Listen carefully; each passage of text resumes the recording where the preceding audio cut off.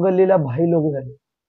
जीवनामध्ये खूप काही शिकायसारखं आहे, पण ते शिकत नाहीत. त्याच्यासाठी जीवनामध्ये बघा, लहान मुलं कोणी असो, तुम्ही जास्ती भाईगिरी करता, त्याच्यामध्ये तुमचं काहीच कल्याण होणार नाही.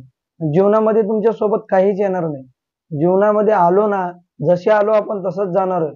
त्याच्यासाठी सुरक्षित राहणं हे लय महत्वाचं आहे. सुरळीत राहावा, चांगलं राहावा, आईबापाचं नाव डामिस करू नका. जीवनामध्ये सरळ मार्गाने चालण्याचा प्रयत्न करा आणि चांगलं जगण्याचा प्रयत्न करा. कुणाकडूनही काही म्हणून घेणं, शिव्या घेऊन घेणं, म्हणून घेणं, काही हे हे आपल्यासाठी बरोबर नाही. त्याच्यासाठी जीवनामध्ये कधीही चांगलं वागण्याचा प्रयत्न करा आणि भाईगिरी, दादागिरी हे असलं तसलं सोडून द्या.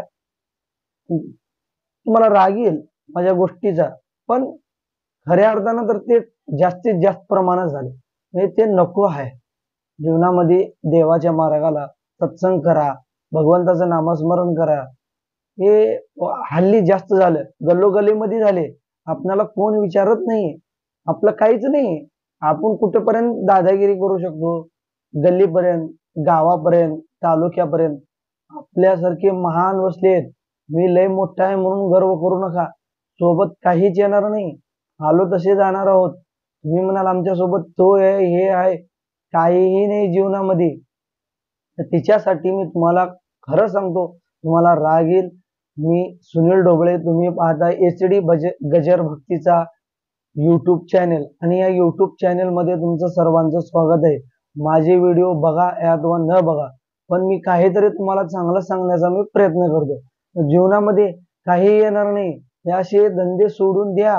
जीवनामध्ये प्रॉफिट करा, काहीतरी एक नाव कमवण्याचा प्रयत्न करा, चांगलं म्हणून जगा. जीवनामध्ये काहीच येणार नाही. हे जे शरीर आहे ना, हे सुद्धा आपल्या सोबत येणार नाही.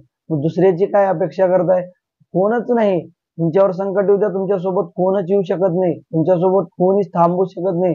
त्याच्यामध्ये स्वतःमध्ये सामर्थ्य तयार करा, पुढे जाण्याचं बघा. तुम्ही ज्या वेळेला सक्सेस होताल, तुमच्यासोबत 10 जण तुमच्यासोबत राहतील, टाळ्या वाजवतील आणि तुमचं त्या दिवशी हे होईल, नाव होईल. तर त्याच्यासाठी जीवनामध्ये असे तसे धंदे सोडून द्या आणि मेन मार्गाला लागा.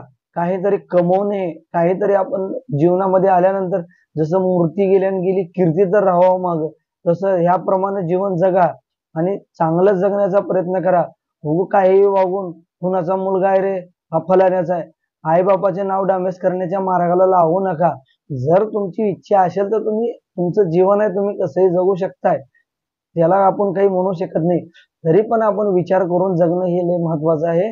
जीवनामध्ये कोण कोणाचं हे आहे नाही, सोबत येऊ शकत नाही. त्याच्यासाठी आपण आपलं काम नियोजितपणे करणे, योग्य मार्गाला लागणे, योग्य मार्ग करणे, चांगलं जगणे, ह्याच्यामध्ये आपला फायदा आहे. त्याच्यासाठी फालतू गोष्टी सोडून द्या. इकडे तिकडे हे करण्यापेक्षा आपण चांगल्या मार्गाने जाणे हे कधीही चांगलं आहे. जीवनामध्ये तेच सफल आहे. जीवनामध्ये काय गेल्यानंतर काहीच नाही, राजूक करा, असं हे अशी विचार सोडून द्या जीवनामध्ये. तर त्याच्यासाठी चांगलं जीवन जगण्याचा प्रयत्न करा. त्याच्यामध्ये काही नाही.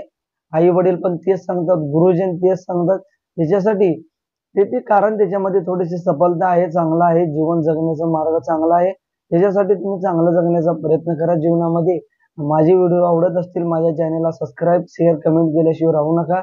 असेच नवनवीन व्हिडिओ पाहण्यासाठी तुम्हाला ऐकण्याला भेटतील. त्याच्यासाठी चांगलं सुखरूप जीवन जगा.